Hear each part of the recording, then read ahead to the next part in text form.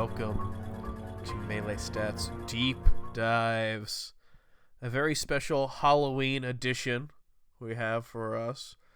GimmeDatTreat could not be here. I am his evil twin, GimmeDatTreat. And normally Wheat would have his friend and commentator Webs on to talk about Melee, but instead we have the scary version, spiderwebs. How you doing, spiderwebs? Rawr. See, normally on a normal episode of Melee Stats Deep Dives, I think the guest would say good, but in this case, I feel like my guest might say bad. Yeah, or rawr. Yeah, I mean, you did say rar, but I think another guest could say bad. I see. Yeah, I stand by my rawr. Yeah. So I know GimmeDatTreat knows a lot about Melee, but GimmeDatTreat knows a lot about Project M. We're switching it over, boys. We're doing a Project M rank. 2019, we are ranking all 257 Project M players. Every single one of them. Putting them in order right now. Yeah, I mean, I'm a progressive person. I will call it Project Plus. That's right. That little bit of satisfaction. Fair. I actually forgot that was a distinction that needed to be drawn, so I appreciate that. I don't know, I assume if you call it Project M to them, I assume they don't really care, but, you probably get every now and then some of the communities, it's Project Plus! Yeah. You probably get someone like that. Put you in your place. Remind you where you are. Yeah, and then drink a whole bottle of Mountain Dew. Not, just creating a general idea of a smasher who might do that. Maybe they play Samus, and maybe they're power ranked in both Melee and Project Plus. But there's really no way to find out who that maybe they play be. the Mountain Dew colored Samus as well. I mean, no way to find out what that might be or who that might mystery. Be. It's a total mystery. Well, we got a kind of a total mystery on our hands. The mystery of how to make a podcast episode on one of the least one of the just least stuff going on in Melee Week. Oh my god. Dry. We are devoid of Melee is what you're trying to say. That would be a wonderful word that I'm sure GimmeDatTreat would come up with, but GimmeDatTreat comes up with whatever sort of word vomit that I was able to spew into the mic. Wasn't quite the same. No. That's what you're missing when GimmeDatTreat takes a week off. Well, it comes with, its own trade-offs, though. GimmeDatTreat has, I'm sure, his own strengths as well. Oh, I mean, sure. For instance, his ability to name all 257 Project Plus players off the top of his head. Go! Well, I mean, with Project Plus, we have to talk about it. Kind of got whittled down to 243. And a couple players who said, "Oh, I'm not playing this Project Plus bullshit." Purists. you have a few Project M purists out there.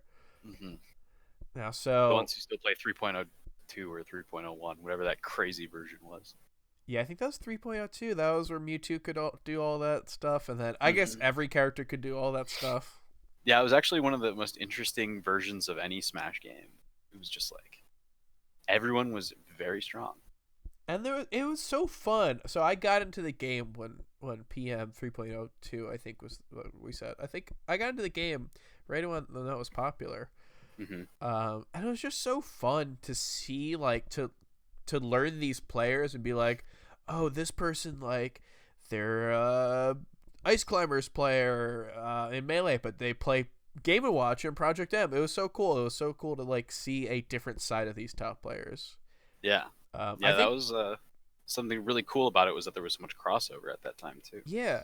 One underrated aspect that I think fighting games have that we as people who only play the same game for years miss out on is seeing what character types and what character changes from game to game that these top players gravitate to. I think that's one of the most interesting things in the beginning of any new games to see what top players pick which characters and how long they stick with them. Yeah, that is very interesting. But alas, we trade that in for one of the greatest games of all time.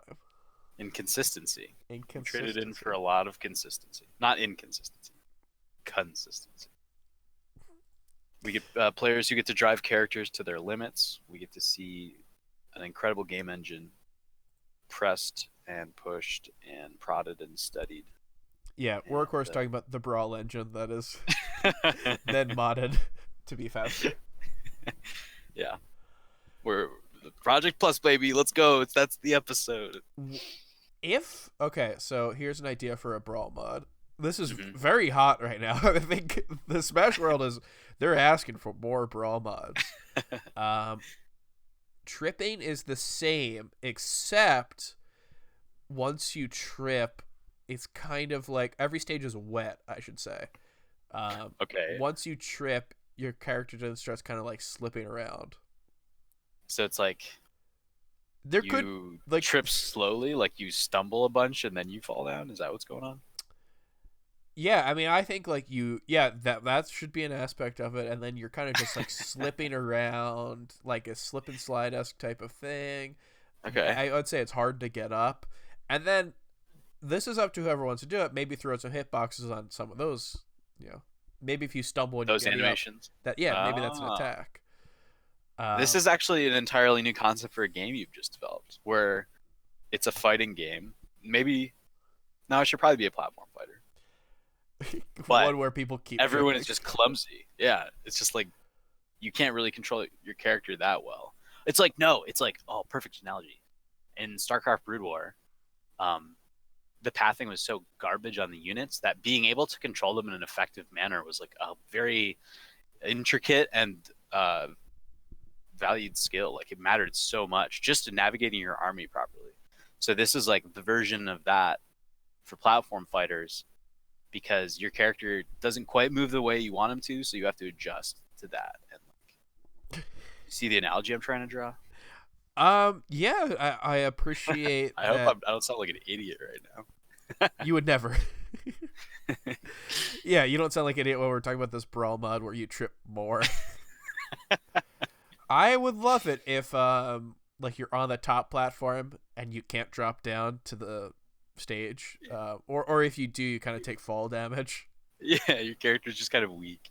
The platforms are too tall. That's like a 2-story drop, especially Dreamland. It's pretty far. So wait, we could actually do the math because we know the character heights, so we could figure out how many feet that is. We could. I'm not gonna do it right now, but I'm just saying for any enterprising listeners out there. Yeah, this is like a perfect idea for a type of kids educational melee show. Yeah, I could see. It's like Mr. Rogers. Melee tutorials. That's what it was. Yeah, SSBM tutorials. It's SSBM tutorials. Yeah, it's like Mr. Rogers, and whoever is that Mr. Rogers role, I will nominate Ipengu. Okay, I like it. So Zane would come in, Ipengu, aka Zane. He would walk in, and he would, instead of changing his cardigan, he would like change the face on his controller. Like he'd take a tri-wing out. It'd be a little bit of a process. This would actually probably be most of the running time of the episode. That'd be a good bit, actually, if you think about it. Yeah, this is pretty niche bit. This is content. No BTS organization can steal this. I think what summit do we get to? What number summit before every IP out in the world has been parodied by BTS? Oof. And then BTS has to start parodying their own parodies. Once we start hitting like when they start doing this Sanrio themed summit, like the little frog guys, Armada, then I think we're starting to get into the territory where we're starting to run short of IPs. I would love to see like a very self-aware remake of Crush Bateman. Okay. I don't know what the hook would be, because obviously Crush isn't. Hey, maybe that's the hook, is that everyone reacts the same and Crush just isn't in the scene. They cut over to him and it's an empty chair. You don't want to do like an over the top, like you flip it, or you have like who's the guy who plays fake Mango? You just have him play Crush, and he just goes way over the top with all of Crush's lines. Well, the That'd beauty be funny. of Melee, and I guess specifically Summit, is it could go on for so long where we could have both of our ideas come to fruition. That's actually true. Yeah. It's, infinite worlds and all that. Like, everything is bound to happen at some point. I think with Summit, given enough time, every single sketch idea will happen. Yeah. Except Monkey for the one that typewriter. I wrote for Summit, which will never happen. And that will be an explicit decision by them to I not can't. include that. Oh yeah. That's Yeah. in every single reality that will ever exist. They'll explicitly decide not to do that. There is no it's the one exception to the every reality rule is there's zero reality where Slime takes one of your ideas and doesn't throw it in the garbage can. Yeah, I mean, everyone else in Melee's taken all my ideas. I don't know what that means. I don't Whoa. Yeah, I Call out episode. I had one idea that I think was taken, but like I'm What was the idea? glad it was taken. I told PTAS, not to brag, this is before the panel that we were on at EVO 2018. I told him to do a top 100 all time for PGR for Smash 4. Nice. And he did it. Like, I'm happy that was done. I Yeah. seem very mad. I mean, I should say GimmeDatTreat did that, of course. Well, did you contribute to it? No, I didn't do anything. Okay. I don't really know Well, a then ton about. that's good that you gave it to him then because it came to exist. So it was a good thing you did. Yeah, We're all very happy and for I it. said, hey, for the Dragon Ball FighterZ PGR, for point totals, instead of saying it's 92.15, just say 9,215. Then everyone says it's over 9,000. I think that's a great idea. That's genius. Oh my god. I should probably get paid for that. Yeah, that's a really good one actually. We should mobilize the Melee Stats army to get some payment for this. Ludwig Army. Yeah, I forgot that Spiderwebs is a huge Ludwig fan. He's oh god. I am a Lud Bud. Yes. Well, Don't sub to that man. Just watch his stream. I'm confused as to what's going on. What happened to my show? Yeah, we kind of. Oh man, we meandered. Well, Should we bring it back around? this is a meandering episode. Unfortunately, this will happen if we want fat weekends, fat with a PH. If we want fat weekends, in Melee, then we're gonna have to have skinny weekends, I guess. True. Skinny with an E with an accent on it. Yeah. Sometimes you go to the sub shop and you get the pita bread instead of the cheese Parmesan dough bread. Yeah. I mean, I passed the pita. Give me that wheat. I'm the bread man, Yes. grain guy, the pita person. Okay. I think it's all the same to me, but True. the True. tortilla tio. Oh yes. Keep them coming. You got any more? No, I think that's it. All right. I'm impressed. I think tortilla tio is too close to cultural appropriation. I could. Yeah. I think I should stop before Pump the brakes. before I get canceled. I mean, it's a race to the finish for Melee Stats to see which one of this is the first to get canceled. Yeah. It's a race to the bottom. It's a race to I think we all have good reasons to be canceled. I mean, I should say that. Yeah, wow, okay. I'm A saying lot of skeletons in the Melee Stats closet, apparently. Well, I mean, Halloween, that's the time to have the skeletons. It's only appropriate. Get them out of the closet. Truly. No, I'm saying, like, if you were to create a fantasy league for which Melee Stats member is going to get canceled, some, like, kind of like a death league that some people do. Instead, it's the canceled league. Okay, I'm with you. I think it would. So, like, there's stuff that you could look at for a couple of the major. So, hold on. Can we first define who are the Melee Stats members? There aren't that many of you. There's not a ton of us. But there can be more because I feel like there's a larger umbrella that you could cast. It's an amorphous blob of people. Yeah. We've talked about this. As a collective, it's kind of weird. because there's people who contribute to Melee Stats content more, and there's people who are like in that friend group. I would say to rank the people who are most cancelable, rank the territories. To rank the people who are most cancelable, I would say Edwin is probably number one. I was going to say Edwin as well. I think that's a safe bet. However, I cannot, in good conscience, say that me and Save, as straight white males who talk a lot on like recording, we record our talk a lot. We record our okay. Clearly, as evidenced, you do a lot of talky. You speak much. You can tell I record my talk a lot. I think any straight white man that you get to talk enough, his cancelable rate goes up.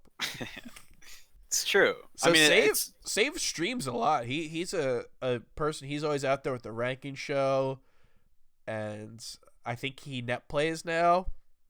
Puts himself in the public eye. But that also means like there's a little more time to slip up. Who knows? So he's probably high up there. I'd say why not? Put me up there. I think we had a discussion at the last Genesis. And Melee Stats went over who would be the most, what we would get canceled for. It was a good time. All of them were very benign. I said I would get canceled because I like to hug my friends when I'm drunk. Okay, I could definitely, yeah. Wait. You would probably hug someone who you thought was a friend. We'd be out on the street, and then it would turn out to be like a police horse. Yes. And things would just go from there. Yeah, you're not chilling, dude. What? I don't think that should be read into as any sort of insult. I don't even know. That would be a great insult to call someone fucking police horse. Police horse. There'd be so many questions. Muscular, loyal. I mean, hey, if someone called me a police horse, I'm not a police horse. I would respond right away to that. You get really high-pitched voice. I would get. What are you talking about? Look, man, I'm not a police horse. Yeah, you gotta believe me, man. Yeah. All right. So, speaking of police horses, do you want to police this conversation? Yeah, I was gonna say let's stop horsing around. But, oh my that god, works too. Yeah. Both so good. Yes. Well, we'll accept either answer. Yeah, I mean, check as many as apply. So we are talking about Halloween. No, we are talking about Melee. But yeah, wait, what was that? It snowed 4 inches today on Halloween in Chicago. That's scary. Oh, it's terrifying. And yet the scariest thing of all was that we still had spooky little children come to the door and ask for candy. That's fun. No, it was spooky. Yeah. Little specters gliding out amongst the snowfall.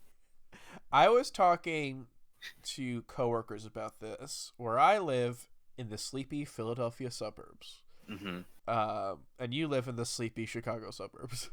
True, yeah. It was like it was hotter than it was recently. I'd say probably about 70 degrees or so. Yeah. I was telling to coworkers, that is perfect Halloween weather. You want the rest of Halloween, you want October to feel crisp, you want to feel a little cold, you want to wear a jacket, but on Halloween itself, crank that heat up outside. God. Yeah, the Lord. Can the Lord, oh, by the way, give me on our spooky versions of ourselves, love the Lord. Yeah, we're all about it. That's the only difference between give me that treat and give me that wheat. Yeah, well, and I only love the Lord in the context of weather. Yeah, I love the weather lords. Yeah. I say a little hotter because when I was a kid, if I'm walking around as Goku with his tail, the monkey tail, mm-hmm. I was very specific about that as a kid. If I'm walking around as Goku with his monkey tail, I don't want to put on a jacket because Goku didn't wear a jacket. That's true. You're not true to the form. You're not true to the material. I was very mad. I mean, I'm sure that you had different experiences as growing up in the sleepy Chicago suburbs Yeah, it was quite sleepy. than I did in my sleepy Philadelphia suburbs. Which one do you think was sleepier? Well, Chicago's closer to the North Pole. It got darker earlier. True. I would have to say Chicago. All right, a little bit, just a little bit. We take our naps. Big. Yeah. I mean, yeah. When you eat a big slice of pizza with a fork and you take a nap. I gotta tell you, I can't remember a Halloween that had nice weather here in Chicago. It's just been rough the last decade. And that's why we're on this podcast episode. We're trying to brainstorm a way to bring, in one day, warm weather to Chicago. All right, got any ideas? I don't really know how global warming works, but I think we could just burn a couple plastic bottles and hope that helps.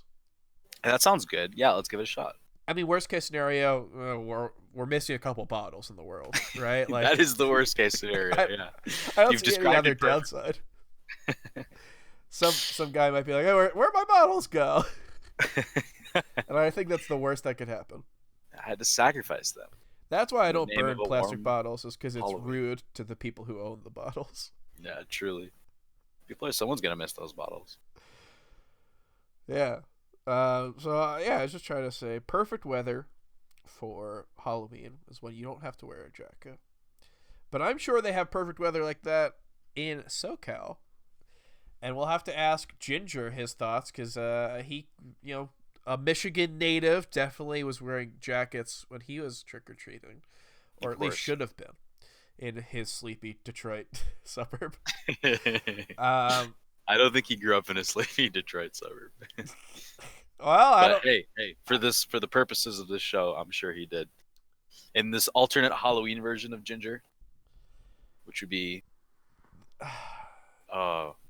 Yeah, this is a tough one. gingerbread man. Yeah, there's a Wrong holiday. yeah, it is. Well, we'll figure something out. All right. What about Cavery Wilson? Caves are Ooh. kind of scary. Yeah, I don't know. I was more excited for that in the first second of hearing it. Yeah, You kind of fooled me, and then I was like, oh, it's actually not that good. it's really not. You have to explicitly state that a cave is scary. Yeah. Scary Cavery Wilson. I kind of like that. But yeah, so he has definitely spent a couple of his Halloweens, that Halloween season in Michigan. Yeah, we're seeing him. He's spending it in the sleepy Los Angeles suburbs. Because we saw him at a Fight for SoCal this weekend. Yes, Fight for SoCal. A very, very stacked Fight for SoCal at that. Sure. This was a normal Fight for SoCal to me. I think, Okay, I just like to hype up tournaments, okay? well, I mean, we said it. You got to have the skinny weekends to balance out the fat All right, weekends. true. Might as well just be honest about it. This is, that's all I ask for you is honesty. Okay. How's my outfit, by the way? Does it make my butt look big? Do you want to hear that from spiderwebs or webs? One sentence from each. Okay. Web says, what outfit? Because we're on a Discord call and I can't see you. And Spiderweb says, you look hideous. Okay, well, Which is a compliment because it's Halloween. it's Halloween. Yeah, give me that wheat, but not like that. But give me that treat. Loves it. All right. Well, I mean, we should talk. We can't see each other, but we are both dressed up in very spooky melee-related costumes. Mm-hmm. I, of course, am the barrel from Congo Jungle 64. Oh, I thought you were dressed as Ice. Ice is dressed as me.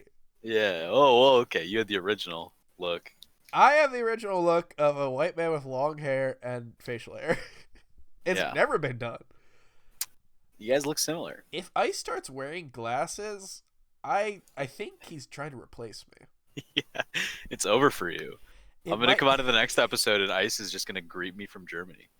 It could be like Melee Stats Deep Dives is so popular that they're creating alternate versions for the international viewers. The Oh. Office, of course, started as a UK True. show, and we obviously know that. And the US show, The Office: An American Workplace, super well known. What we don't know is that there's still more offices out there that were created for international audiences.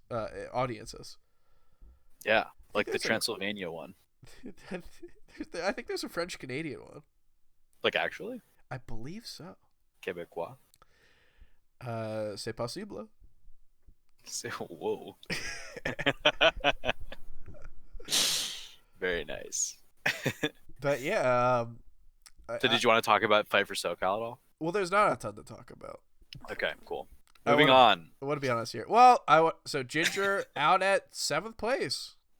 Oh yeah. Do you want to guess who he lost to? I watched the tournament. Okay. Oh, so you should have a good time guessing. Yes. He lost to.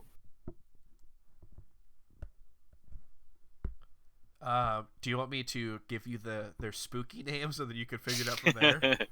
I can't believe I can't remember either of them. I just wanted to remember one of them, and it's blank because one of them I was surprised by. Okay. One is Bim Boo, Oh, right. Okay. and then the other one is Kodorin. Okay, Kodorin was the one. That I Or was not Kodorin surprised is what by. some people say. Yeah. Can we get clarification from the man himself? I'll have him Should I on. just tweet at him? Yeah, we'll get the notification back. Just call him on Discord right now. Just add him to the call. Patch him in. Kodorin, we could do something like that, like a squeaky door. I think that's kind of scary. Ooh. Cause Should I make the noise? Can I do it? Yeah.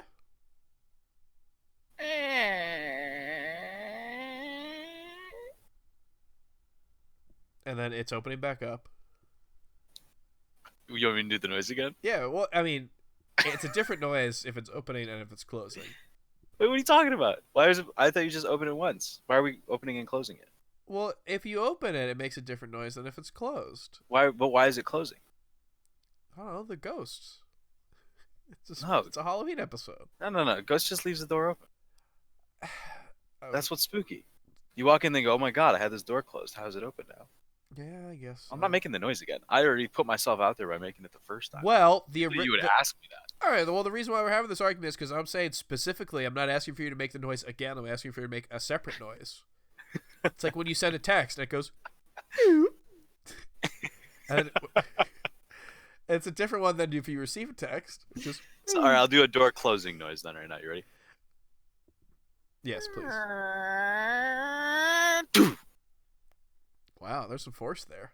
Slammed it at the end because I'm mad. Is why. I'm sure Ginger was mad getting out of 7th place, losing to Kador and He had some positive tweets afterwards. He said wasn't really feeling the competition, which is fair. Some days you're just out of it. yeah, actually, Both players that he beat to are both rapidly rising players. I guess Bimbo much less rapidly, but like he has made marked improvement.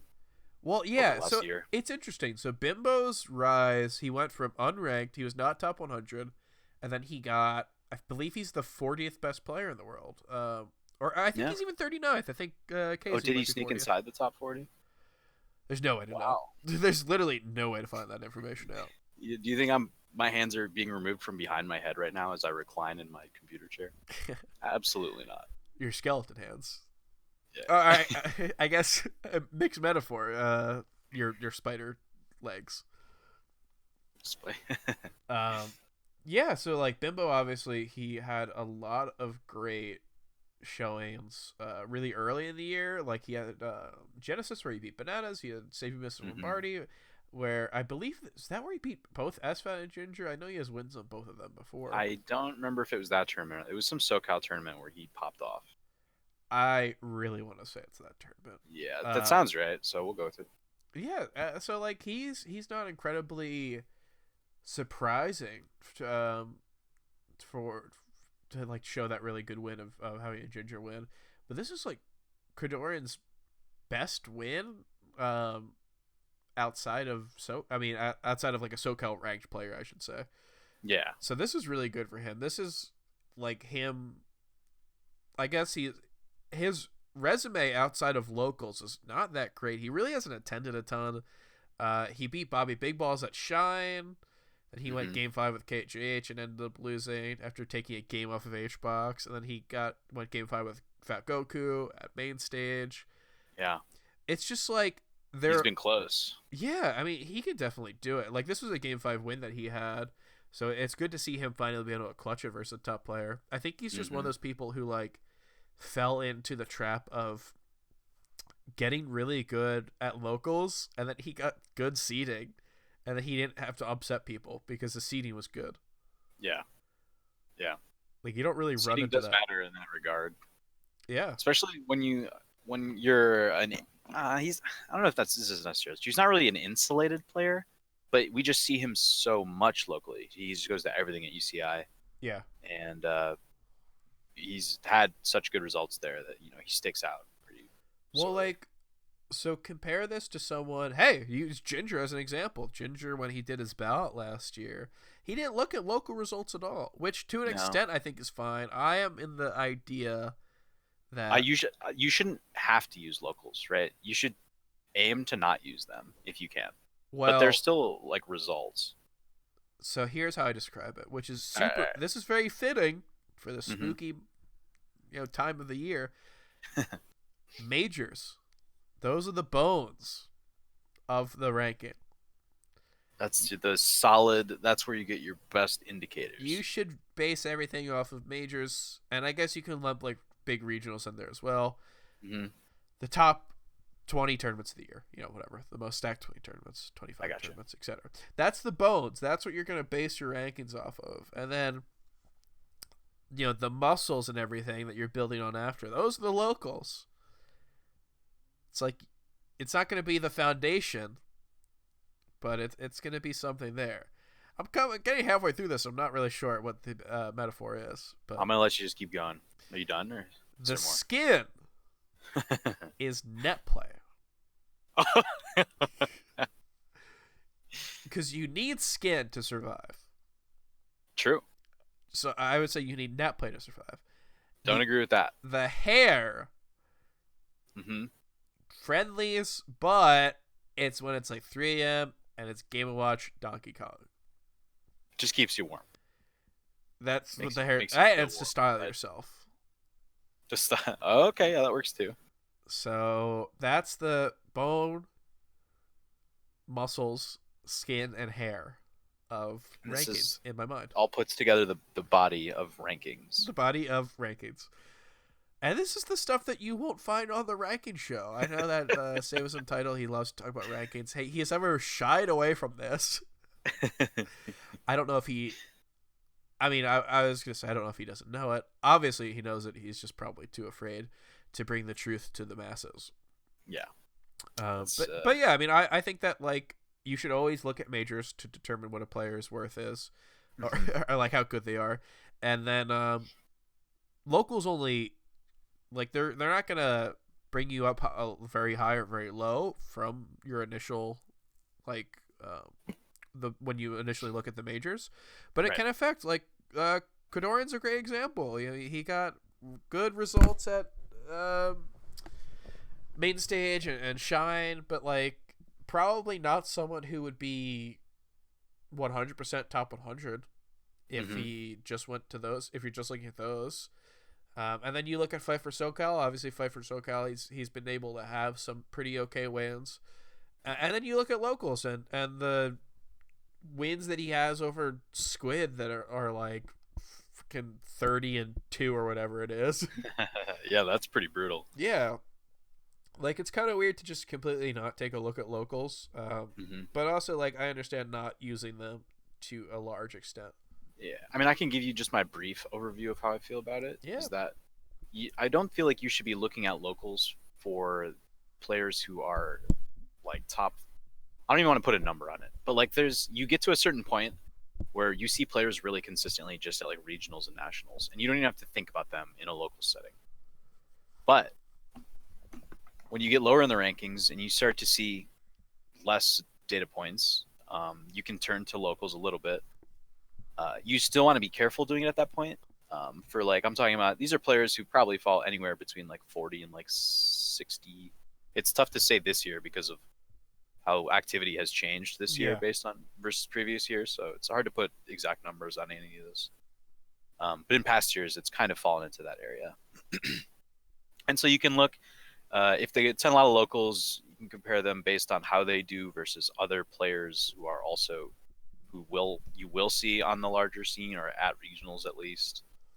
And again, not great indicators, but better than nothing. And you're probably not going to be shifting people around too much based on that, but it is a helpful point as far as reinforcing, like the way you might feel about someone. Yeah. And I don't. Once you start getting into that territory, I don't think about it as a manner of punishing the players for doing poorly at locals, but instead rewarding the players who are consistent at like proving themselves at locals. Like the perfect example is you just brought up Kodorin's massive record against Squid. I'm not gonna hold that against Squid. Like it's 30-2. It's not really a massive difference between 15-2. Like it's yeah. I don't look at it and be like, oh man, he's getting absolutely destroyed. I just go, okay, like look at how consistent Kodorin is winning over Squid. That's a massive point in Kodorin's favor. And I don't really think about it from Squid's perspective at all. It's more of a point for Kodorin than against Squid. It's interesting. So I want to mention before any SoCal nerd gets on my case. I don't know if it's 30-2. I know he's okay. That's just an example. He is very positive, and I know. I think in the SoCal PR ranking period, I think it was like 10-1, and I know it was positive before that period started. But yeah, I actually talked about this on last week's episode because Stude and I were talking about Bananas having so much to lose when he went to the Texas Summit because like everyone there is good against him. Mm-hmm. And I mentioned how at a local, like if you're S2J who loses to Mega Christmas or something, or I guess we can even talk about something that happened this week. We can talk about how Null beat Fiction.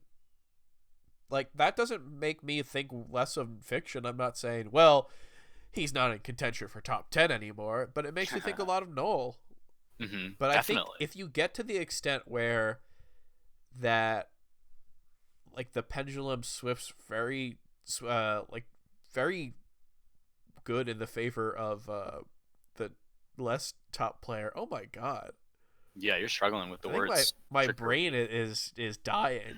But if you look at a record and it seems very favorable of the lower ranked player, that does kind of give me some hesitation on the higher ranked player if they are going to, if they're top 50 like Squid is recently ranked. Oh, it gives you hesitation? Yeah, because I see that's it. But if the lower ranked player doesn't have results outside of that, it's hard for me to, because you can't like say, oh, like I'm gonna mark this, like let's say that Kodorin was only just beating up on Squid and like just going to locals and doing well at locals, losing a face roll. I think actually he did take a set off face roll. He did take a set off a face roll. That's pretty impressive.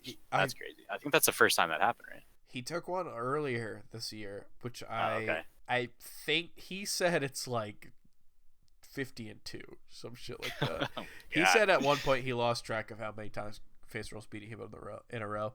And considering they play all the time at this was at a UCI local.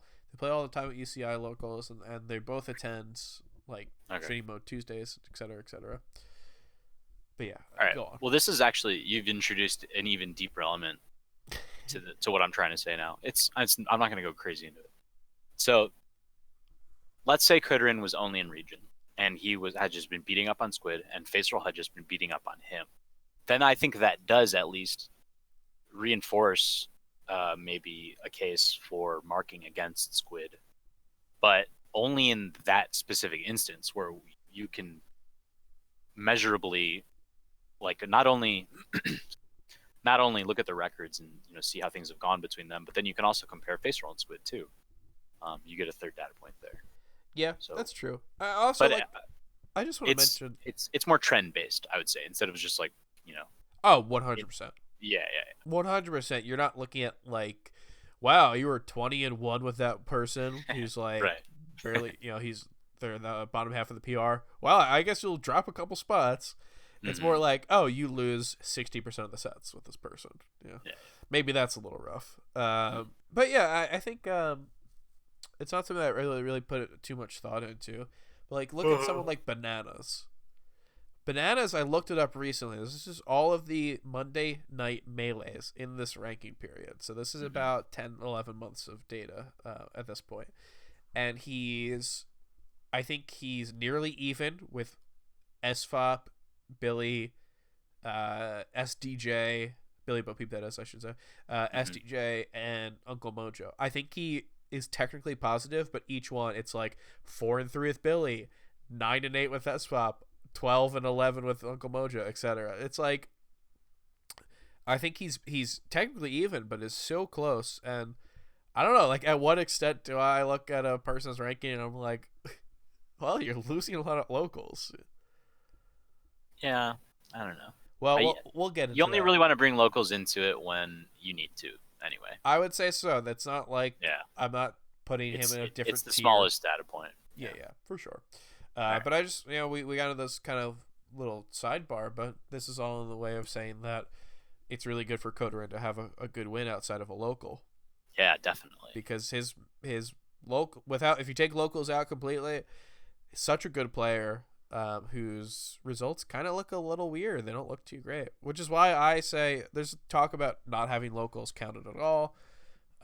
Which I'd say, if you don't want to count locals, if we can't do a top 100, Especially this year. There's actually especially no this way. year, yeah. But like, Yeah.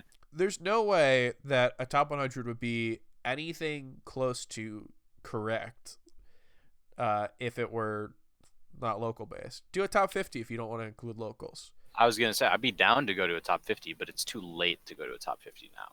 I think Like having that's something you announce like halfway through the year. yeah, Right? top 100 is a really great thing for so many players. I think so. I wouldn't want to. I wouldn't want to move it down to 50 either. Yeah, It's just a matter of if the scene shrinks to such a position. yeah, it's definitely something like, at what point do we decide to redo this? But like, if we were to be top 50, it would probably be like 2013, right? What do you mean? Like when Tafo started this, 2013 was probably easier to make a top 50 than top 100 than it is Oh, now, right? I see. Yeah, definitely. But yeah, top 100 is great, but like, I think that if you want to top 100 and you want it to be kind of close to like a good list, you have to include locals. Yeah, we were in the Melee Stats podcast Discord server, which the link is in the description. We had a really good chat about like the Muti King situation where he wants to not be ranked, Hmm. which is A good chat is one way to put that discussion. yeah. Well, so like, our fans, it's no surprise that we have overlap with Save Us Untitled. Save Us Untitled had a weird part of his video. I don't know if it might be a Save Us Untitled first, where he put his face in a normal video and he said, "I want to talk about this," and he talked about how shit. we can't. Yeah, it was a watershed moment in Melee history. Yeah, surely it'll be marked for generations to come. Book of Melee Reveal, 2 the will reveal. start with this. Oh God, I hope so. But yeah, Oh, so the so he talks about how it's a slippery slope to rank people, or to abstain from ranking people just because they don't want to, because then suddenly it's going to open the floodgates for a lot of top players to say they don't want to be ranked in a year where they maybe didn't do so well, and then because of that we get a worse top 100. And I'm saying, if that's what you care about, if you care about the quality of the top 100 that gets put out, then you shouldn't say that local shouldn't be counted. Agreed. Because if you are doing a top 100 right now, like, Kodorin might not be top 100 if you don't count locals. Like, it depends on how you view Fight for SoCals, which are relatively small, Yeah, but pretty right. stacked in terms of talent. Mhm. But like, there's a lot of good players who I think they have good results, but their great local results puts that into context. There's Yeah. like so many players who will go, Dude, context. Thank you. That's the perfect word. That's how I try to think about it with locals. It's Yeah. just like it's an additive. It helps color or characterize a player's year. Yeah. Let me know Yeah. about this person who got 49th losing to two good players. Like, let me Yeah. know how this person is. Mm-hmm. And you can look at locals, and I think it does that. Yeah, it totally does. But yeah, so we're kind of talking about some scary stuff, and we're, I think the idea of a top player asking not to be ranked is kind of scary. It's just well, it's not unprecedented. Hasn't it happened? That's a good question. So there have been players who have been eligible who have not been ranked. Mostly it's for other Alternate reasons. reasons. Yeah. Okay. But like, so an example I guess you could use is, what if you had a player who like retired, you know, and then they're retired, they're only going for fun, and then they actually hit the requirement of 3 events or whatever. Right. It's kind of weird. Like, this is obviously not in the same situation that Mewtwo King is. Mewtwo King is going to events. He is going to compete. He's going to win. And he thinks that he is not doing well enough to necessitate him being on a rank. But yeah, I think other players are just like what if Dark goes to 3 events? Oh man. I mean, he'd be eligible, but what if he's like, yeah, no, I don't want to. Or I guess you can even pick someone who maybe is more notable and like more recent. How about like Dart? Let's say Dart goes to Yeah. Well, like someone who might be higher ranked. Yeah, like, and imagine a world where Duck, instead of going to Genesis and Full Bloom and like doing really well, what if he just like went to fuck around and go Sheik? I see. So his results are just like Yeah, booty. yeah. I mean, but he's eligible. But he's so, eligible. Like, what do we do? Okay. Yeah. So I would say there are situations where Yeah. it could be okay to not rank a person. It's definitely not a black and white issue. No. It's not cut and dry. It's not. Let's see, what other analogies can we get in there?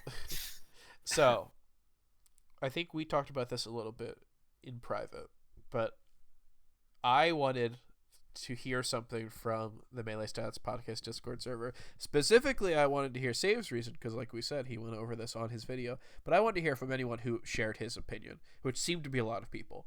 A lot of people shared the opinion that if Mewtwo King is not ranked, if you allow him as a person in the scene to not be ranked, then you are enabling him, because it would mean that more top players will say that they wouldn't be dropped. And I was just looking for anyone to tell me, like I said, give me a reason why he shouldn't be ranked, and everyone gave me that reason. All I needed was for one person to say, don't do it because it's dumb, or don't do it because you're giving it to top players. Like, it is not his decision to make. Right, exactly. This is what I was saying to you. It's the same thing. It's like, why is it even a discussion? Like, and the way that PTAS put it was perfect. Was like, it's just up to the balloters anyway. Yeah. Like, you're gonna be on. Like, you can make your case to them, I guess. But at the end of the day, they're just gonna rank you or they're not gonna rank you. It's just how it goes. Like, I think there are legitimate reasons for being eligible and for denying being ranked. I think this is not a legitimate reason. And it falls in the larger umbrella of Mewtwo King just trying to get whatever shit he wants to work. Like, yeah. I talked about this. He's not malicious by it either. I think he just does it because he just knows he can get away with it. No, I would hope that if he were more malicious, that the Melee community would probably oust him. Yeah. I say probably. Yeah. But yeah, it's like, it's not malicious, but it's too many top players say whatever they want, and it's all in their own self-interest, and they've got their horde of fans who will just back them up on anything. Yeah, it's a delicate thing because it's difficult to say what's going on with everyone. It is. I mean, I talked about this. There's always more to it, Yeah. I talked about this with Stu. So, like, I talked about how the idea of Mewtwo King asking for sub goals is kind of weird to me, and not because he's asking for sub goals to go to an event. Stu mentioned that. I think that's a great reason to do a sub goal. Going to an event that you would not be going to otherwise, like Stu mentioned, and like top players mentioned, is that top players say that when they go to events that they could be making the same amount of money, and if not more, by streaming. They lose money by going to events sometimes. Well, I mean, I remember that being the exact initial justification for when Mango started sub-goaling events. Yeah. I remember that just being explicitly the reason. It was like, yeah, I mean, I'll go to the event, I'm down, but I'll make up for it. Yeah, so like, I think sub-goaling is the most acceptable form of top players asking for shit. Sure. But I was trying to explain to Stu that I didn't like the way that Mutant King was sub-goaling, because he was sub-goaling to enter melee at events that he was already going to. Oh, Now, I was not aware of that. so I mentioned that, I don't want to kind of underwrite the fact that Mutant King said that he feels depressed. I think that obviously no one can speak for that except for him, and the pressure that is put on you when you are a top melee player to perform in melee is probably more than the pressure that it is for him to play ultimate. So like, I feel like there's more expectation from Meets King certainly when it comes to playing melee. yeah, of course. So if he, Yeah. like, there could be a situation where he goes to an event and he, needs the extra push to enter melee. But man, if it doesn't feel weird to me that you Yeah. are going to this event already, but you're asking for more subs to enter melee, that seems a little weird to me. And then guess what? So he hit a sub goal, and we were going to see him at Overlords of Orlando, October Lords. I was gonna correct you. It is October Overlords of Orlando, colon, October Lords, I believe is how it is in Smash UG. Yeah, the full branding. And he DQs out of melee and gets 49th in ultimate or whatever. Yeah. Again, it's like I said. This stuff used to bother me when it came to melee, but I like melee. There's no centralization or consistency in events. Yeah. That's my new catchphrase. If I had you pull a string out of the back like a Woody doll in Toy Story, I would just say that over and over again. Melee has no consistency in events. Right. Melee has no centralization of events. Just over and over again.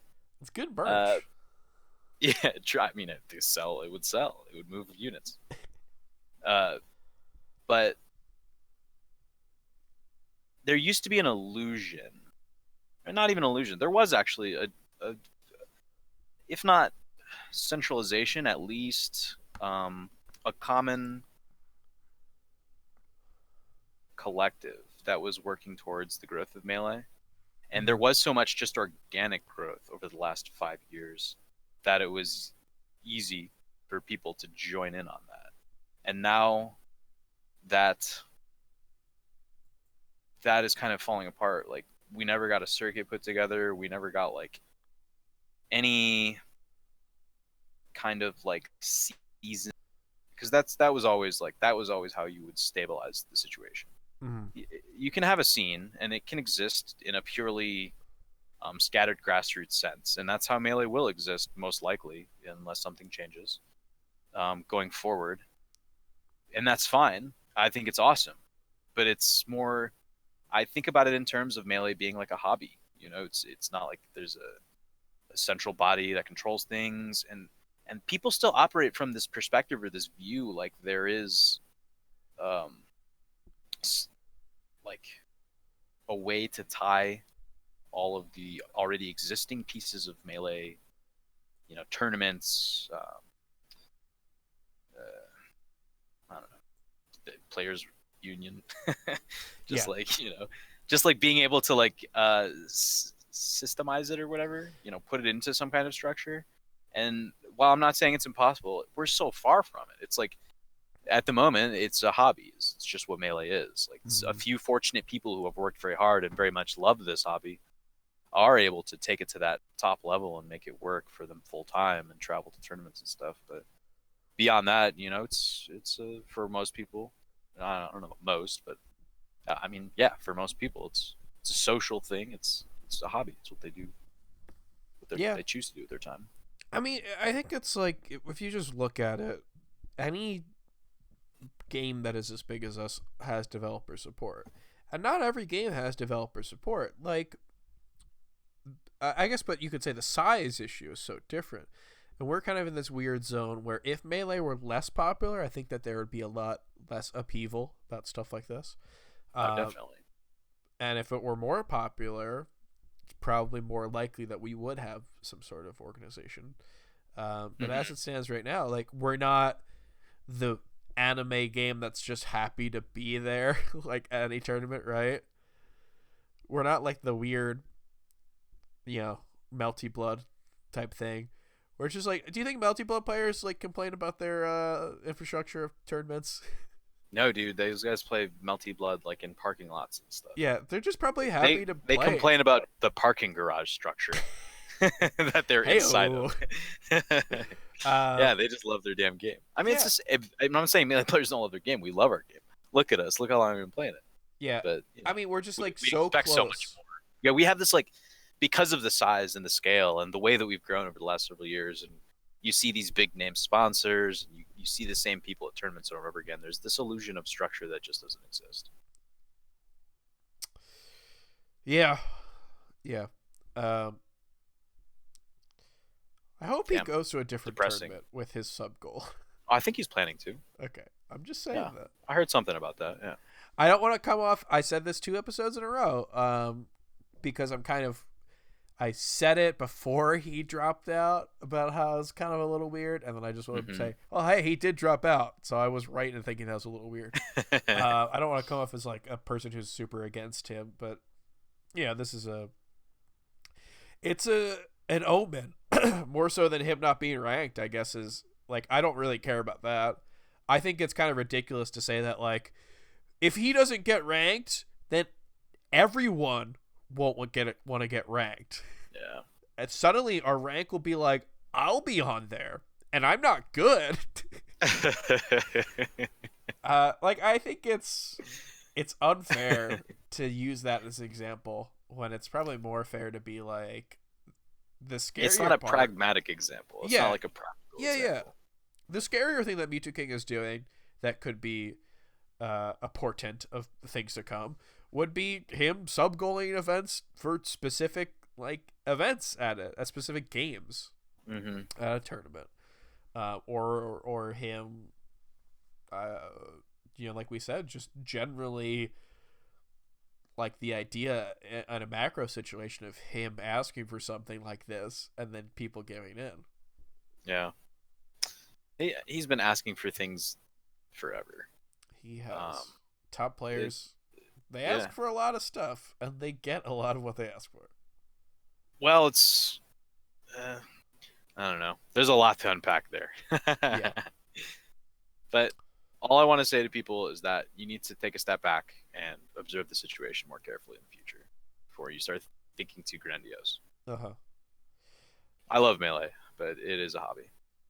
Yeah, it is. I have a question to stay basically on top players. How do you feel when top players comment about like explicitly like rule set changes? So it is Halloween, and the scariest tweet that I saw from Halloween was Axe was like, "I'm having a great Halloween," and then I remember that Genesis has wobbling does not have wobbling band, and it's like, man, what? Imagine if the real life equivalent of this is like Chrissy Teigen, and she tweets, "I had a great Halloween," and then I remembered that insert Democratic candidate's name here wants to raise my taxes.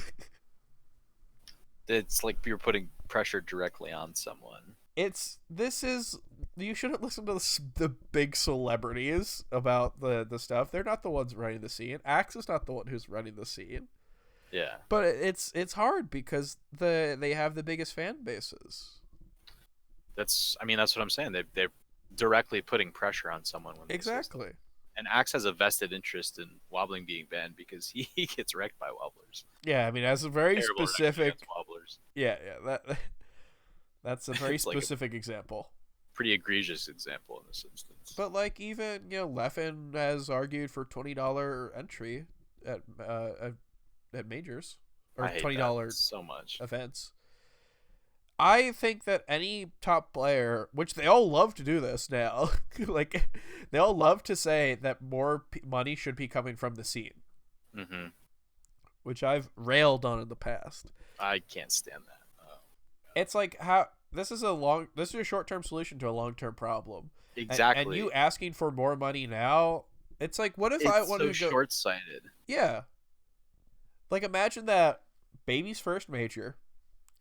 You want to go to Genesis, Mm-hmm. And the thing when new people get into the scene, like the overlap between Ultimate and Melee, and Melee and Smash 4 when that was around, Mm-hmm. the overlap of that was most likely people who went 0-2, 1-2, 2-2. Like they I'd weren't. have to see the stats on that, but you're probably not wrong. I mean, that's the majority of like these people who go to tournaments, don't do well, and just like have a fun weekend. That's Yeah, the only tournament they're going to, so they likely play more than one game. They're probably going to enter more than one game. yeah. I mean, obviously, there's players who are able to do well in both, but I would say that it would make more sense for the largest percentage of those players to not make it out of pools in either game. Here's okay. I don't have a lot to say about this in particular because I feel like it's such a dumb idea on even the surface level. It doesn't warrant much discussion. There's so many top players who are asking for it, though. I don't get it. It just doesn't make sense to me that so many people are. Driving back from Big House, I actually got an argument with Parzival about this too. He wanted $30. What? Yeah, I know. Dude, you're asking. I was like, this guy's out of his mind. You're asking children to pay like $90 so they can enter like Ultimate and Melee and a doubles for either one, or like 64 or whatever. $30. That is nuts. Yeah. Okay, but just like very basic. So at a Big House, we got like what? How many people? Like 900 people entered Melee. Yeah. How many of those people do you think were nearby? Right? Like how many of them were local people? Not the majority. So most of the people had to pay for travel and lodging and all this other stuff. And then you're going to ask that if they want to come on their trip, well, okay, you want to enter more than one event and make the most out of your weekend? Well, each event now is going to have the price raised by X amount. And it's just so much extra. I think like These are not the people that you should be asking to prop the scene up further. Like that's not a sustainable plan in any way, shape, or form. It's just I don't know. I hate the fact that I'm even talking about it right now. Well, I apologize. It's okay. No, but I think like people will say, well, if you're paying for a hotel and you're paying for a flight and you're paying for all these amenities, They'll go, oh, it's not that much more. Is what they'll say, right? But in my mind, it's the principle of it too. Yeah, I mean, like if you're trying to plan for a tournament, and then you are putting it all in your cart on Smash GG, right? Mm. Like that's kind of deterrent when you're like, oh yeah, I'll just go to a tournament. Because me myself, when I think about going to a major, my costs, it's all flight and hotel. That's all I care about. Yeah, you just kick it. But then I look at it, I'm paying a lot of money to actually enter the event, to just be there. Mm-hmm. Yeah. So like I can imagine if you are someone who's like, I found a great deal on a flight, I know a couple people I can split a hotel room with, and then you sign up for a couple events that you want to go to, and suddenly it's like, why am I paying $150 to go to this? That's true. That is actually a good point. It's a psychological thing. It's like how when you check out on websites, they'll obscure or make small they obviously give you all the information for how much you're paying, but it's not front and center. It's not like the largest thing. It's the $20 plus $4.99 shipping versus $24.99 with free shipping. Yeah. There's psychology. Or it's like how I will do horrible timed flights to save money, and then I will spend that same difference in money to like get a window seat, I guess. I think I'll do like the upgrade after I've already bought the whole flight, like the day of. I'm like, they get like, you at the second round. Oh, they're like, check in for your flight, and I'm like, damn, I don't want to sit in the middle, all the way in the back. Right. So that looks like a terrible spot. Yeah, so I'll just pay the same difference that I would to fly at a normal hour. I guess the whole thing is a matter of perspective too, because like not 10 minutes ago I was talking about how Melee is a hobby, right? So clearly in my eyes, there's these people who love this and they've put all this work into it. Yeah. And I respect them for that and what they've accomplished. These top players, they are incredible at the game. And I love seeing the game pushed to its limit, but it's a matter of, I see it as like you are asking all these people, who are already have contributed so much to helping the scene just by virtue of not only being a contributor and watching, which is a massive thing, like just watching and paying attention to Melee is just huge as far as growing. But then also these people, they play the game, they come to the tournaments, they buy merchandise at the tournaments, they all do all this kinds of stuff. These are the everyday folks. These are the people who they are the reason why the scene truly exists. Mm-hmm. It's just wrong. I see it as wrong to ask for that. I just agree. can't vibe with it. I can't. I think vibe check, and then a thumbs down. That from the yeah. What's that movie? The Coliseum one where he does the thing. Yeah, Gladiator. Yeah, thumbs down from Gladiator. Yeah, I agree. Yeah, that's the vibe check, Jeff. Vibe check for $20 at majors. I would say Joaquin Phoenix in Gladiator. Vibe check for HBox, suggesting that viewers should pay money for events. I say Joaquin Phoenix in Joker. Because motherfucker's a clown for thinking that. Yeah, that was. I don't even like. Can we just move on from that now that we brought that up? Yeah, I mean, I have the tweet pulled up where he. Oh, you're ready to go. He calls it the box clause, which is one of the most. What? It's one of the most HBox things that I can think of. Is like naming it after yourself when you probably spent more time thinking of the name than you did the actual concept. Like this doesn't feel like it was actually like worked out in any capacity. Like I think this was first draft, best draft mentality. And he got a lot of impressions on that tweet, though, didn't he? Yeah, it's got almost 1K likes. That's what I'm talking about. You get those impressions, baby. 250 people who are responding to it. Yeah, I mean. Oh my god, look at the numbers. Just look at them. Some juicy numbers. Edwin was drooling over these numbers. Undoubtedly. But yeah, so he suggests, and we should talk about this because I think that there might be some people, probably not the nerds who listen to this, but like I guess in the scene they probably don't think that paying for a major is a bad idea if the money goes to the prize pot. Mm-hmm. So he's saying if you had to pay $1 for the entire weekend to watch a major tourney stream, knowing that dollar would go directly to the prize pool. And he asks, and 69% of people say they would pay.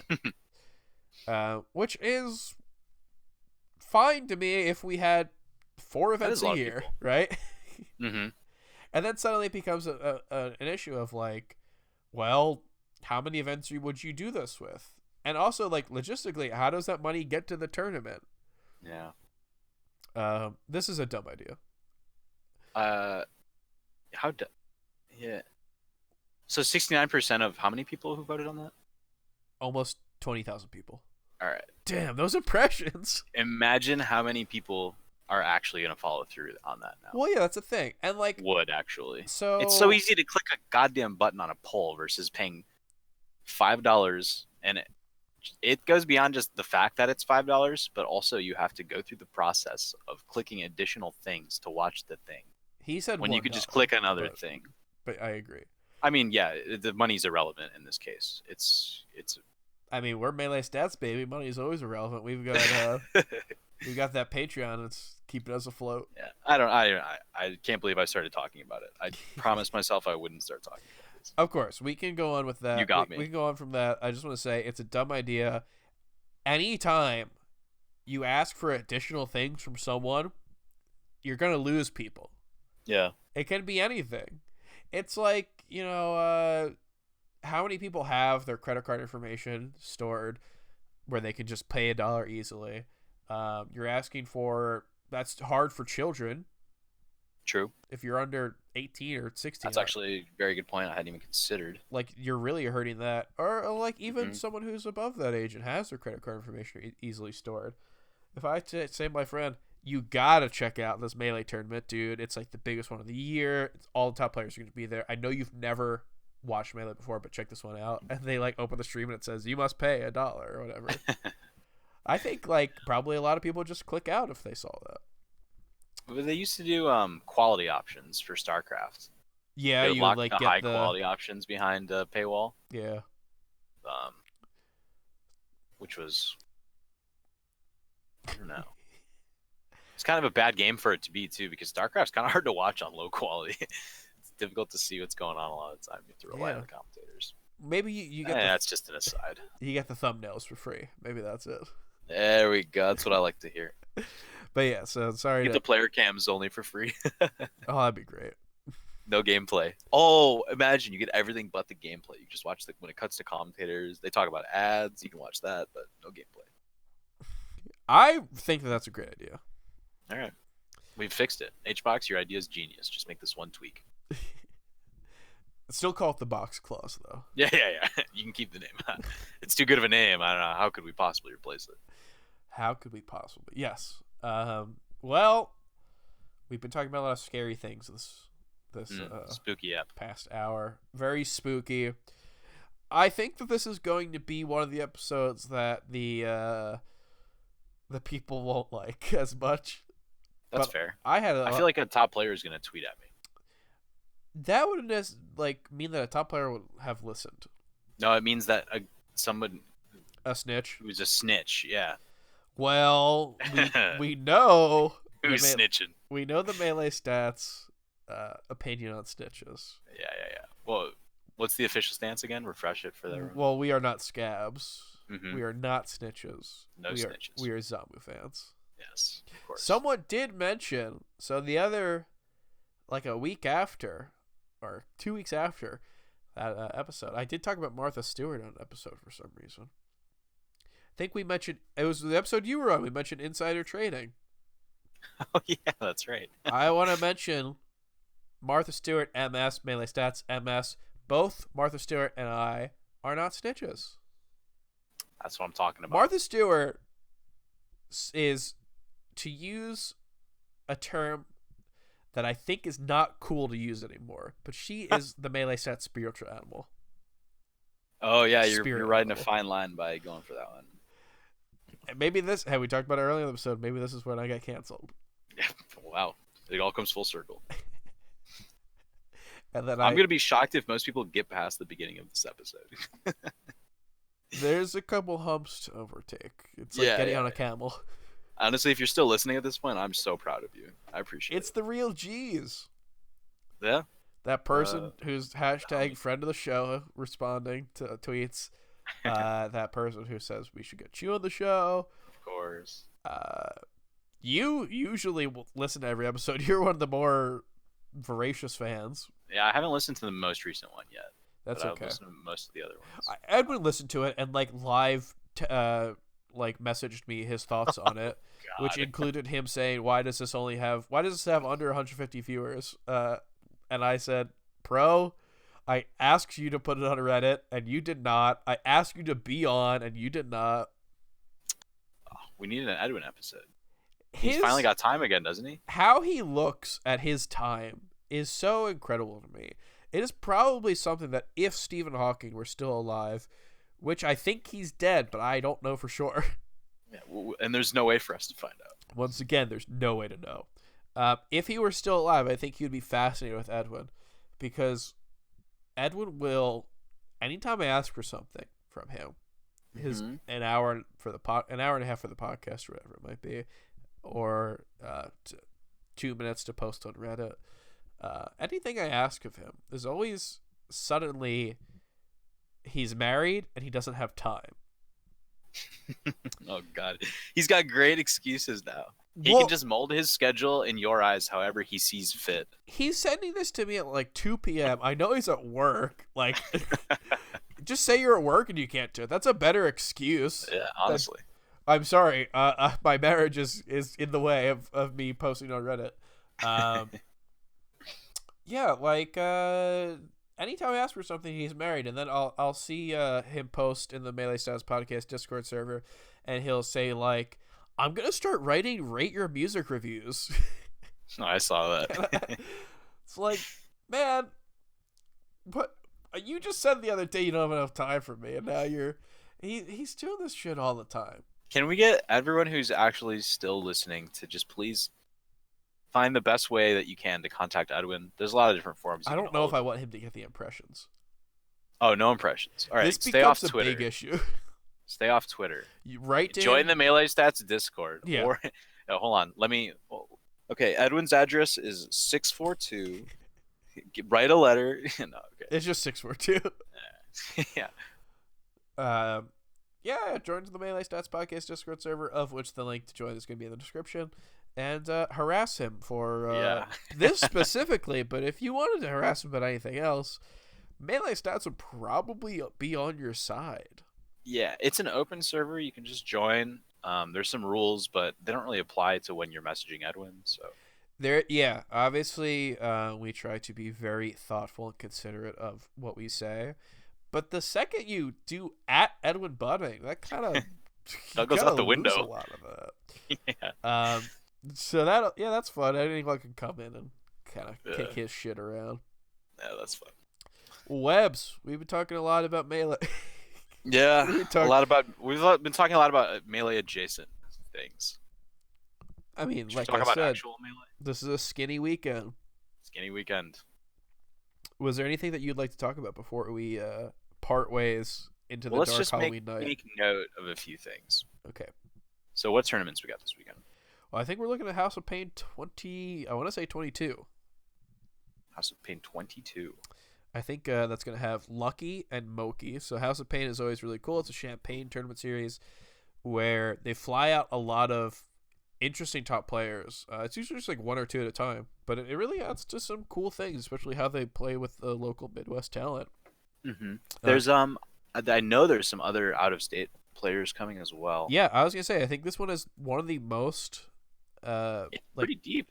Yeah, I like to use a phrase that I've been using a lot. I think one of the most stacked ones in terms of out of region talent. I think they end up getting a lot of people from different walks of life. So it's let's see, Lucky, Moki, Spark is going. Rio Beat. Yeah, he actually got flown out. I think he said this was the first event that flew him out, that's super nice. That's cool. Nice. That's awesome. Yeah. Wait for an event. That's another really cool thing that the House of Pain series, between Chicago and Champaign, Illinois has been amazing at bringing out of state players in for their events. House of Pain has done a great job of reaching out to like those mid to high level players, the ones who are rising or have a good shot at making that top 50 area. Players who have had good results and people are impressed by. And same, the old Chicago series that Ro used to run. Eden was the big one that he ran, where he brought a bunch of players out. And before that, it was the I'm actually blanking. I was stalling for time to remember. What's the other monthly that he used to run? Remember? What's the Chicago monthly that he used to run in your I know. It's crushing me that I can't remember the name of it right now. Ride or Pie.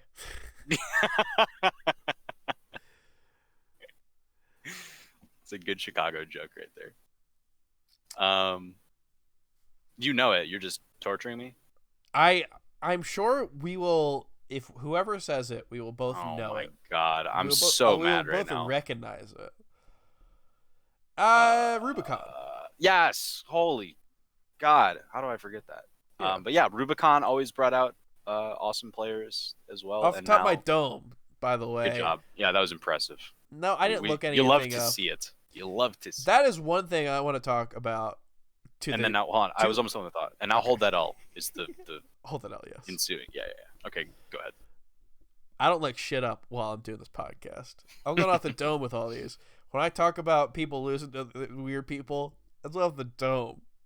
That's impressive. It is the most impressive thing I could do in my life, which makes it a lot less impressive. It removes the esteem a lot. I actually wish I didn't know that second part. I'm sure I mentioned this on the podcast, but I hung out with Slime. He's a great guy, but one time I was hanging out with him and he said, "What's the game that you're best at?" And I was like, "I think it's Melee." This was like after I lost a bunch of friendlies 2 in a row. Yeah.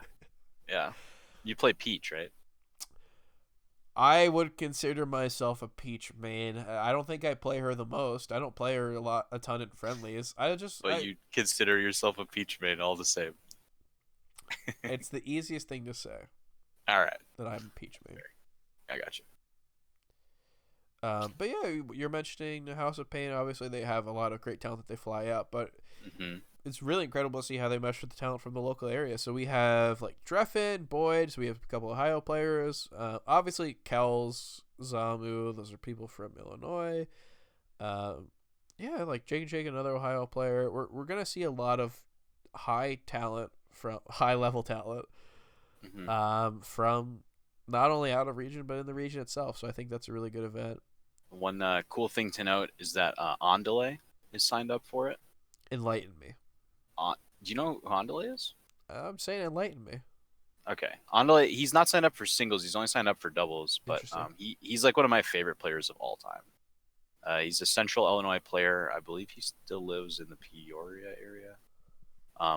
You might catch him on net play, and he is the guy who beat Dart's ass before Dart was good. And then even when Dart got good, he would still like do well against Dart. Like he's an incredible player. For a long time, him and Hindog used to just goof around and run like double DK doubles. Nice. And sometimes they would play their actual doubles team too, which was Falco Puff, and he landed some of the nuttiest rests. But he plays like the cast. He's a really cool guy, and I wonder actually who he's teaming in doubles with now that I think about it. That's really fun. Let's look into this.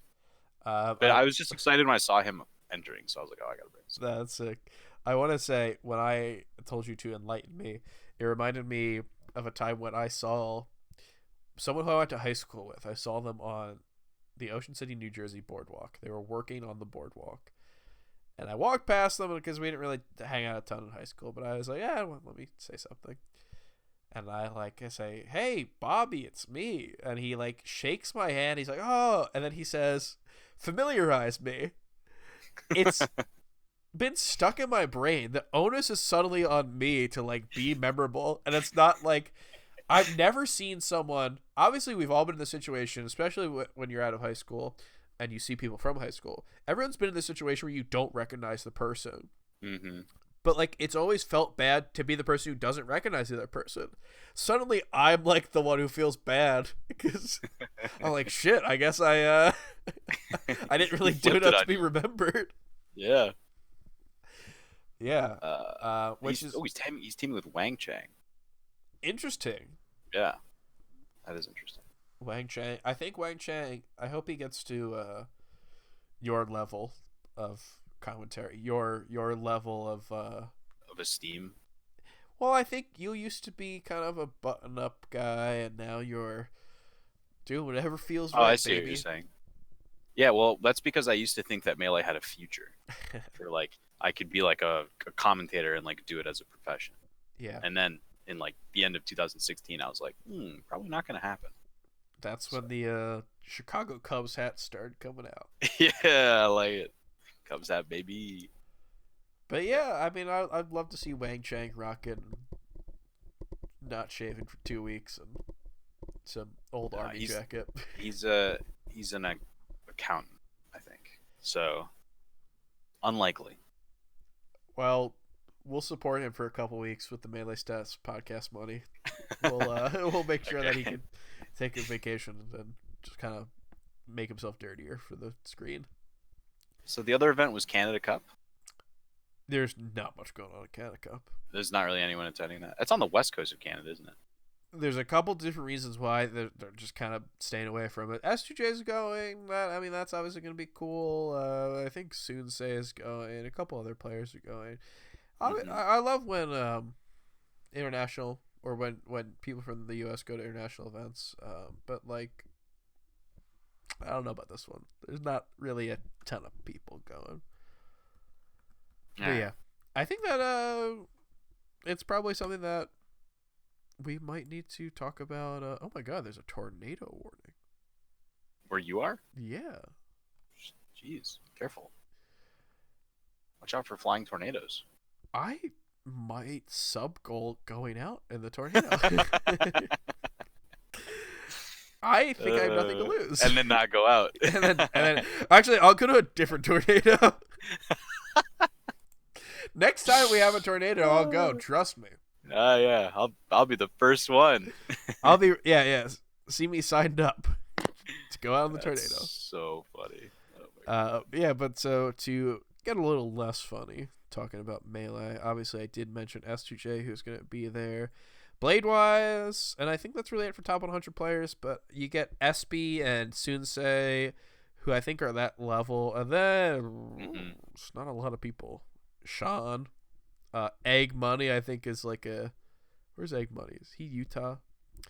Quaff. Krizki. Oh, I know that name. This is getting less and We're less. getting deep. Yeah. Yeah. It's a who's who of the west coast of Canada. So I hope it's one of those events where SB's really good. I want to see more of SB. SB's great. I think SB could beat Blade-wise. Absolutely. Oh, definitely. SB's great. Sunsei is super good in the Fox Ditto, so seeing him versus SB will be really sick. SB actually ran a real good set against SFAT at Big House in the Fox Ditto. And yeah, he had a super close set against Chudad at main stage. I think he's in that level of top player where just waiting for the breakout. Yeah, he's primed. Primed for the breakout. Yeah. But yeah, I hope it's one of these tournaments where like it's kind of top heavy. So like you have these huge, like the stream is like huge and the production's super high, and then it's like top 8 and it's a couple top players, and then it's like some fucking like local hero who sneaks their way in. Yep. God, I love those. Those are kind of fun too, though. I like. They're those. Great. Oh my god, I love tournaments I like where like the winner semi is like H box and like Leffen, and then you look down at like losers quarters and stuff, and it's like, who is this guy? This guy's like fifth on his power rank. Iori is the third seed at the event, you know. Those are fun. So this will obviously, it's not without its charm, but for anyone who's kind of looking for what this weekend's gonna have, this might not be the big one. Oh well, can't win them all, huh? Cannot win them all. Yeah. And by win, I mean have large Melee tournaments. Can't always be thick. If everyone's thick, then no one's thick. Yes. Wow. Words to live by. Oh my god. Just wise. I mean, I would ask if you'd like to plug anything after that, but I assume that you would just repeat the sentence that I told you. It's not that I could think of anything else even that I need to plug. It's just like, that's all you need to know in life. Well, yeah. Well, your Twitter. Nobody's thick. If everybody's thick, nobody's thick. Yes, your Twitter is well-trod territory on this show. Obviously, we know that it's Web Smash. 2 S's in the middle. 2 S's. I did say Web Smash. Yep. It's okay. That's why I say 2 S's in the middle. So yeah. It's just part of it. Slime made fun of me for... No, it wasn't Slime. At Big House, when I plugged my Twitter at the end of my block with Slime, the production stream runner, TD, the technical director, Nikki of Melee Every Day, he started cracking up because I pronounced webs and smash very distinctly, like different from one another. Hey, you gotta. I'm like, dude, it's practical. People, they're gonna follow the wrong account. Although I don't think web smash is anything.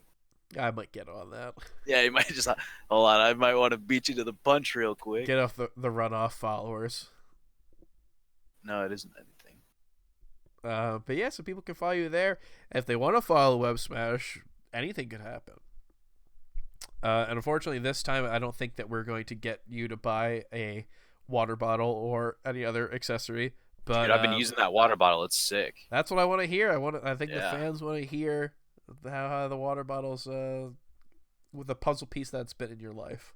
The Mario Vogue water bottle. It's pretty great, and you bring that to work, right? Yeah, I've actually been bringing it to work. It's big, which is what I like, and it's a stainless steel one. So what I do is I fill it 3/4 with water, and then I leave it overnight, and in my car. And it's been so cold that it's like, well, tonight it'll actually be frozen. Now that I think about it, I might want to take it out. But it's been so cold lately that in the morning I go there and the water's just like ice. Oh, it's so nice. Anyway. That does sound good. It's great. I think it's kind of crazy how you bring that in and your office doesn't get distracted by the, frankly, pretty hot drawings of Peach and Daisy and Rosalie. Yeah. Pauline, I think, is in there. Mm-hmm. Yeah, they really hit pretty much every Mario character. Yeah, I really don't know how you're able to bring that to work without everyone getting all hot under the collar. I just gotta hide it a little bit. It's the only way. But yeah, I think that's lovely to hear. For Melee stats, I guess, we plugged that you can come into the Melee Stats Patreon or podcast Discord server, and you can just rail on Edwin. Yeah, He probably feel won't free. accept it, but he will if you are a patron, which you could do so at patreon.com/Melee Stats. Yeah, what's he gonna do then? he literally cannot do anything. Those are his morals. Yep. Money. Money is his moral. Yep. If we're all thick, no one's thick. Yep. Well, I think this has been a really fun episode. A very fun, short episode, as we said. Yeah, it wasn't short. What did we end up being? Like an hour and a half? Yeah. All right, that's fine. That's not terrible. Is it? Is that terrible? If we're recording it's hour and a half terrible. episodes on the no. off weeks, Yeah. this is our chance to record slim ones. Here's the problem: is you keep having me on the show, and when I'm on the show, it's very hard for us to do a short episode because I'm just gonna talk like a dumbass for way too long. Yeah, and I'm just gonna be a dumbass and not cut you off.